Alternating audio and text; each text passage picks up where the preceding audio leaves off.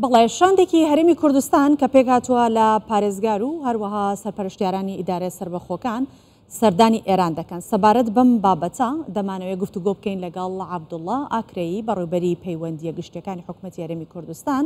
و ئێران کا بە شێوەیەکی ڕاستەوخۆ لەگەڵمانە. ئەم کاتت باش کاک عەبدوڵڵا، پێش هەموو شتێک کاتی سەردانی ئەم شاندەکە پێکهاتووە لە پارێزگار و هەروەها سەرپەرشتیارانی ئیدارە سربەخۆکان بۆ ئێران کەی دیاری کراوە و ئایا بەیەکەوە دەچن یاخود ئەم شاندە بە جیاجیا دەچن؟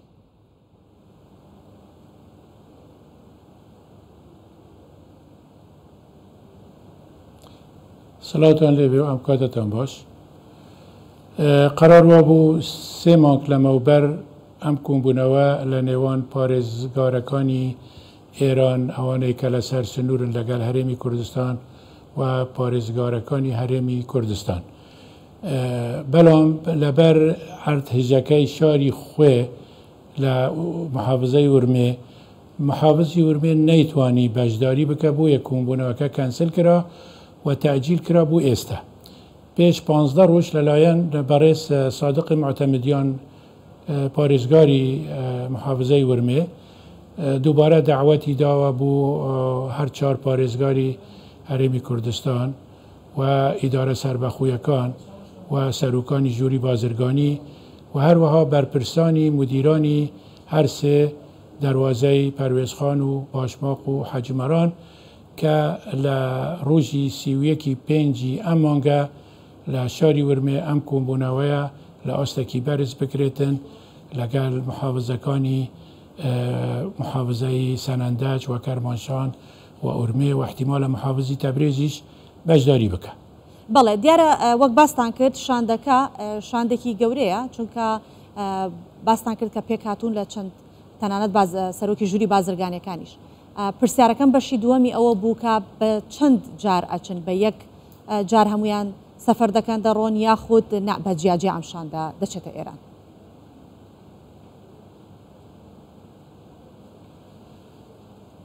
پێشتر ئەم کۆمبوونەوانە لە سەدحی محافزە لەگەڵ محافزەی تر، مەسەلەن لە سولەیمانیە هەواڵ ئەبوبەکر لەگەڵ محافزی سەنەندەج یا کەرمانشان زۆر جار کۆمبوونەوەیان کردبوو، دانیشتنیان هەبوو. هەروە ئێمە لە هەولێر بەڕێز پارێزگاری هەولێر لەگەڵ پارێزگاری ورمێ کۆمبوونەوەیان دەکرد و ئیشوکاری لە نێوان هەردوو محافزە چارەسەریان دەکرد. ئێستا دەیانەوێت لە ئاستێکی بەرزتر کە هەموو محافزەکان پێکەوە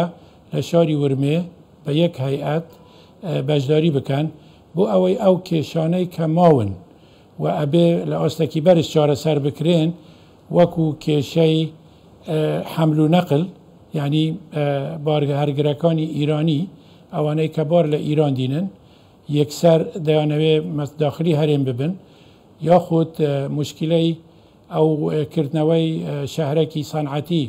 لەسەر سنوورەکانی فەرمی وەکو باشماق و پەروێزخان و حەجمەران، یان مشکلاتی وەکو مشکلەی کارەبا کە لە منتیقەی حاجمەران ئیران کارەبا دەدا و لە پێنجوین کارەبا دەدا. پێشتر ئێمە ئەو پارەی ئەو کارەبایە کە دەماندا لە عەقدەکەوە بوو بە تومەنمان دەدا. ئێستا ئیرانیەکان دەڵێن نەخێر ئەو پارەی ئێوە ئەبێ بە یورو بدرێت. ئەم کێشانە مایتەوە ئەوە دەبێت لەسەر ئاستێکی بەرز باس بکرێتن کە لەو کۆمبوونەوە وەبزانم ئەمانە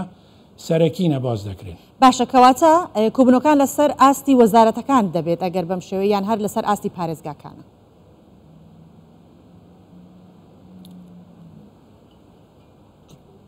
طبعا نەتیجەتەن هەر وای لێدێ، یعنی محافزی ورمێ دەیەوێت ئەو مەوزوعە یعنی ڕابگەینی بە وەزارەتی ناوخۆی ئێران و هەروەها پارێزگارەکانی ئێمەش دەیانەیە مەوزوعەکە ڕابگەینین بە وەزارەتی ناوخۆ کە لە ئاستێکی بەرزتر چارەسەری ئەم کێشانە بکرێتن. باشە، ئەمە سەبارەت بەو ئاستی کە بەشدارە بنتیا، بەڵام سەبارەت بە ئاستی پەیوەندەکانی ئێران و هەرێمی کوردستان چۆن؟ ئاستی پەیوەندەکان چۆنە و پلان هەیە بۆ فراوانتریکردنی پەیوەندەکان؟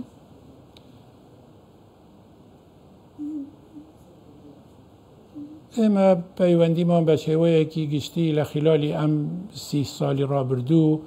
لەگەڵ ئیران پەیوەندیەکی زۆر باش بووە. مناڵێم کێشەمان نەبووە، کێشە هەبووە، بەڵام بە برادرانە و بە دوستانە چارەسەر کراوە هاتوچووی هەیئەتی سیاسی لە نێوان ئێمە و هەرێمی لە نێوان ئێمە و کوماری ئیسلامی ایران بەردەوامە جار بەجار هاتوچوو دەکەن و هەدەفیش ئەوەیە کە کێشە نەمینن و چارەسەر بکرێتن لە ڕووی تیجاری ئالوگوری بازرگانی لەسەر سنوورەکان بە تایبەتی ئەم فترەی ئەخیر لە خلالی ئەم 6 مانگی ڕابردوو وەزعەکە زۆر بەرەو ئاستێکی باشتر ڕۆشتووە کێشەکان زۆر کەمتر بووە ئالوگوری بازرگانی زیاتر بووە لە هەر سێ دەواازەکانی فەرمی پەرویزخان و باشماق و حەجمەران و هەروەها لە دەواازەکانی تریش ئەوانەی کە نافەرمین لەوێش عینی شت هاتوچوو هەیە هەندێک هاتوچووی گەشتیاران و تیجاری هەیە بە نظری من ئێستا وەزعەکە باشە بەرەو ئاستێکی باشتر دەڕوات باشە بەڕێز عەبدوڵڵا لە ئاڵوگۆڕی بازرگانی کە باست لێوە کرد بە باسێک لەو ئاڵوگۆڕە بازرگانی بکەین کە لە نێوان کۆماری ئیسلامی ئێران و هەروەها هەرێمی کوردستان هەیە کە ساڵی پار ئەو ئاڵوگۆڕە بڕی 4 میلیارد دلار بووە دەمەوێت بزانم ئەو ئاڵوگۆڕە زیاتر بووە ئەم ساڵ لە ساڵی پارەوە تاوکو ئێستا گۆڕانکاری بە خۆی و بینیوە چکە جەنابەت لە لێدوانێک تا باس لەواکەیت بەتەمان ئەو ئاڵوگۆڕە زۆر زیاتر و پەرەی پێ بدەن و زیاتر بکات ئەو بڕە ئایا زیاتر بووە؟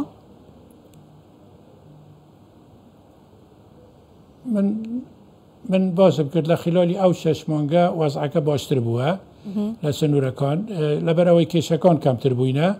ئالوگوری بازرگانی بە شێوەیەکی باشتر بووە بە سوورەتێکی عام ئالوگوری بازرگانی لە نێوان کوماری ئیسلامی ایران و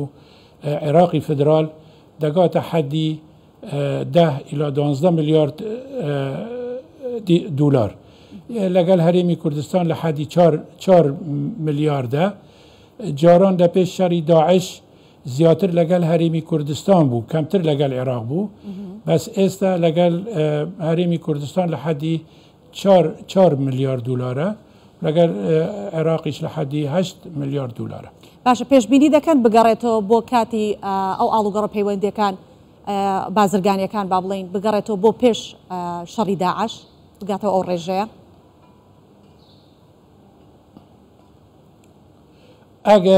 ئەگەر ئەو کێشانە چارەسەر بکرێت مەسەلەی حەمل و نەقلە یعنی بارهەرگرەکانی ئیرانی یەکسەر لە مەبدە تا مەقسەد بێن مەسەلەی ترانزیت ئەگەر حەل بکرێتن مەسەلەی ئەو شارەکەی سانعەتی چارەسەر بکرێت ئەو مەسەلەی ئەگەر چارەسەر بکرێتن 100% بەرەو ئاستێکی باشتر دەڕوات هەروەها دەمەوێت ئەوەش بڵێم کە قەرارە لە پاش ئەو کۆمبوونەوەیە کۆنفرانسێکی گەورە بکرێتن ئی تیجاری لە هەولێر دەکرێتن ئینشاءالله باس و گفتوگو کراوە لەگەڵ سەرۆکاتی دیوانی ئەنجومەن وەزیران و سەرۆکاتی دیوانیش ئامادەگی خۆی دیار کردووە کە ئەم کۆنفرانسە لە هەولێر بکرێت ئەو کاتە وەزعەکە بەرەو ئاستێکی زۆر باشتر دەڕوات. باشە ئێمە سپاس دەکەین عەبدوڵڵا ئەکرەیی بەڕێوەبەری پەیوەندە گشتەکانی حکوومەتی هەرێمی کوردستان و ئێران لەگەڵمان بوویت و میوان بووی لامان سپاس دەکەم.